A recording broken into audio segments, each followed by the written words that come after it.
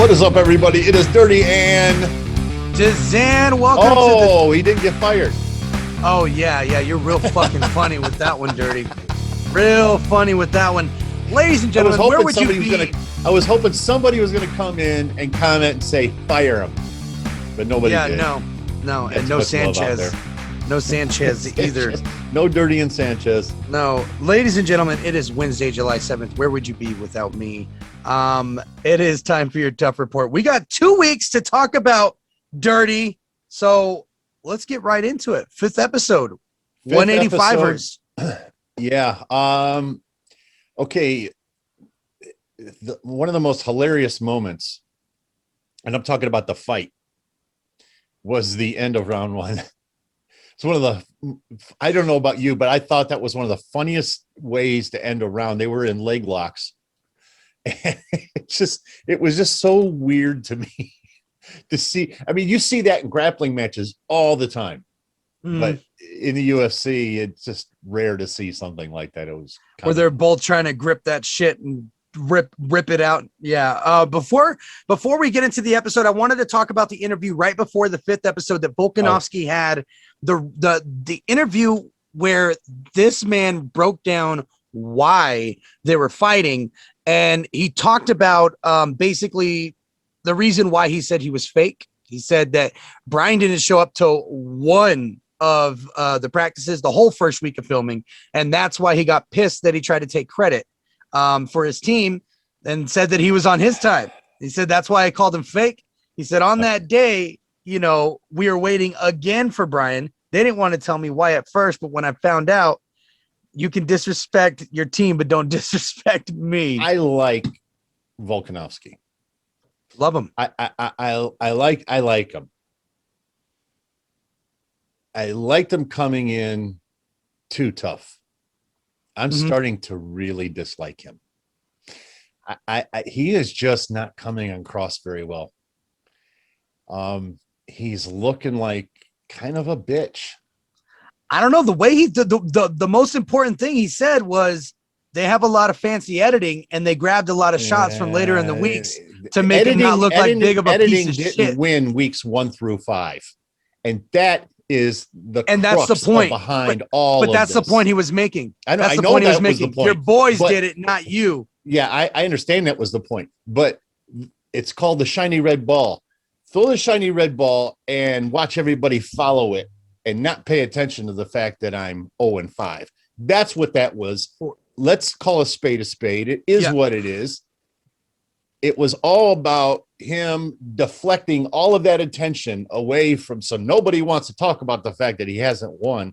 Coming into that interview, 4 straight weeks. 4 straight weeks, yep. Oh, look, then as we saw, the fighters took that fight home with them, and can we just say Mitch's new nickname is Mitch the Bitch? The way he took that was so hard. Mitch was so pissed at Andre for saying something offside to Michael Chiesa. Yeah. You know what I mean? And damn, Michael Chiesa getting into it too. That was a little nuts, right? I mean, speaking come on. Of Michael Chiesa, and I know this is tough, but it's semi-tough related.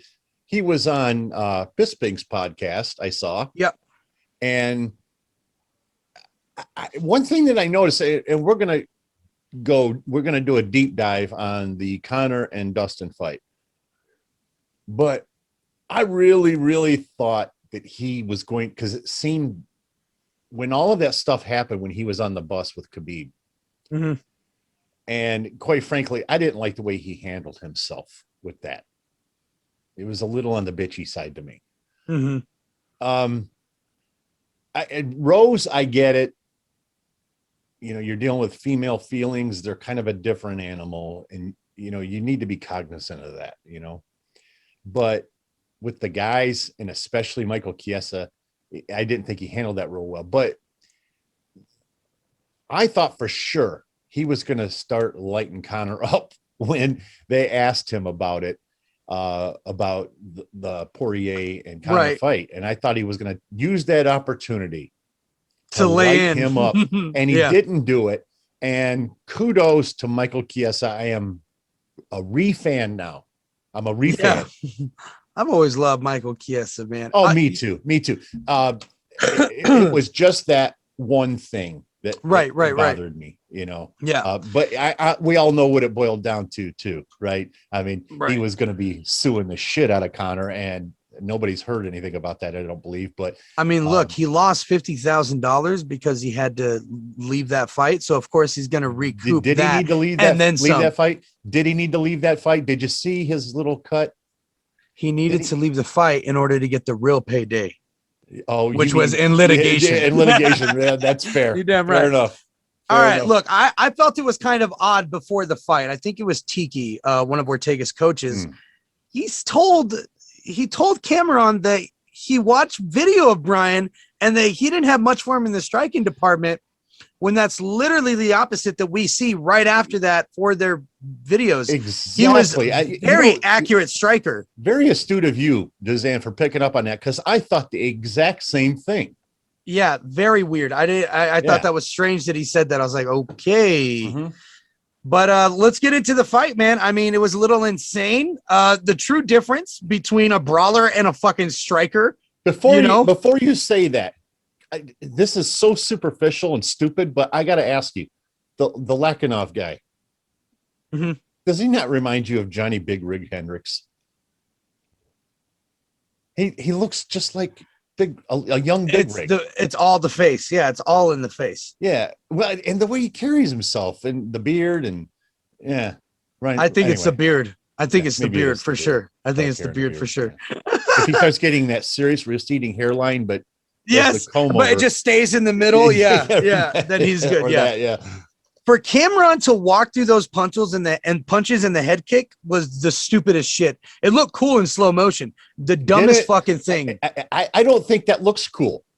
No, I think it looks in a movie. Stupid. In a movie it does. If Cameron were to win, or that, right? But those leg kicks, those knees. Cameron was desperate the whole fucking fight, man. Trying to shoot for a takedown with 4 seconds left in the fight. Well, desperation. In all fairness, he did have a lot of coaches screaming at him for it. Strange too. Ortega, what's going on, buddy? Yeah. Nevertheless, Volkanovski is on the board with this one. Brian brings it home. Brian Battle, great job. Ortega 4, Volkanovski 1. I think that wraps up the first episode. Well, the 5th episode there, but the first one we are covering today. Do you have any last takes on that episode, Dirty? No, that's it. We said we keep this one nice and short for everybody because we got so much stuff to do. We got the podcast and the Connor and Dustin thing. I figured we just kind of gloss a little bit, just a little bit. But at the same time, given the fans that are watching, not our fans, we don't have fans, we have subscribers, but the fans of TUF,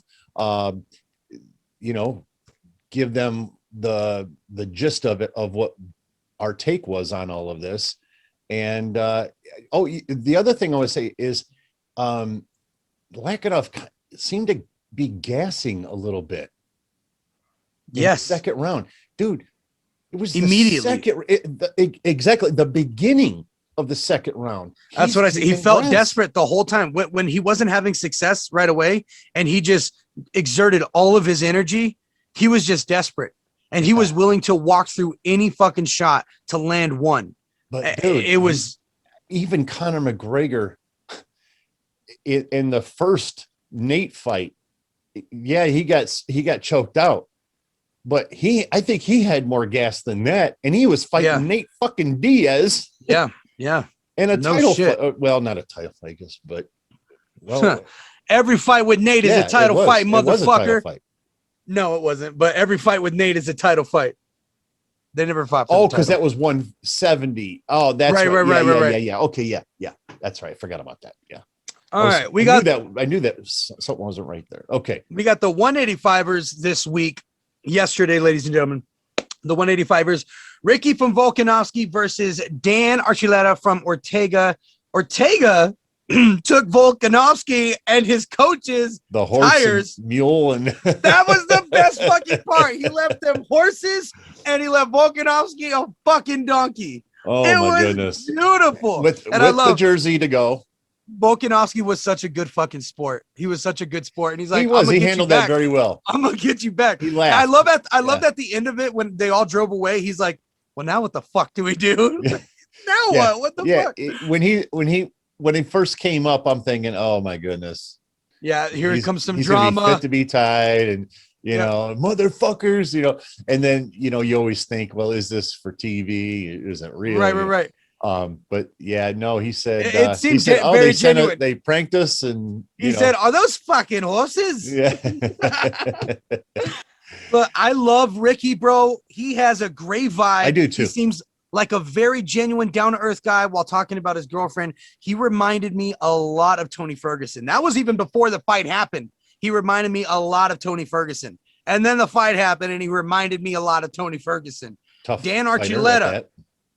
Dan Archuleta. Hold on. Albuquerque, stand the fuck up. Dan Archuleta from Cali, but fights out of Albuquerque, the fight capital of the world. This man's physique is fucking crazy. He looks he looks like he could be a flyweight. Yes, I've heard of Joe Lewis. Okay. Because he's from fucking Detroit. That's what we do. Detroit, stand up. Detroit. Woo woo. What up? The Dan's physique looks like a fucking plastic action hero superhero doll toy that you would buy at the store. But it's so funny that he looks built. He still looks like he could be a flyweight. He looks like an insane flyweight. You know what I mean? Even with that crazy physique. But I like love Connor his story in the Diego Brandial fight. Remember, right. He was so sucked in, but he was fucking ripped, man. Ripped, sucked in, but ripped. That's exactly what he looked like too. I love his story too, talking about his dad making that promise about, you know what I mean, making the UFC before he's 28. He's got a couple months. And all right, let's get into the fight real quick. I gotta say it. Now, granted, I was a little drunk when I watched this last night, but I wrote down in my notes, wow, greatest fucking round in TUF history. Give a fuck what anybody says. That was the greatest round in TUF history. It's an argument, that's for sure. Just when one has it in the bag, they turn it around. The crazy shots, the takedown with 1 minute left, the guillotine. Then Ricky gets up. The bag. It was 10 seconds left. The brawling. God, it was an amazing fucking fight. The second round did not disappoint. The third round, Dan got tired and Ricky outhearted him. That's it. He outhearted him. Ricky had so much fucking heart that that's how he beat him. He beat him with heart. Very strategic in a way. One thing I really wanted to note was the body lock. How beautiful that was beautiful.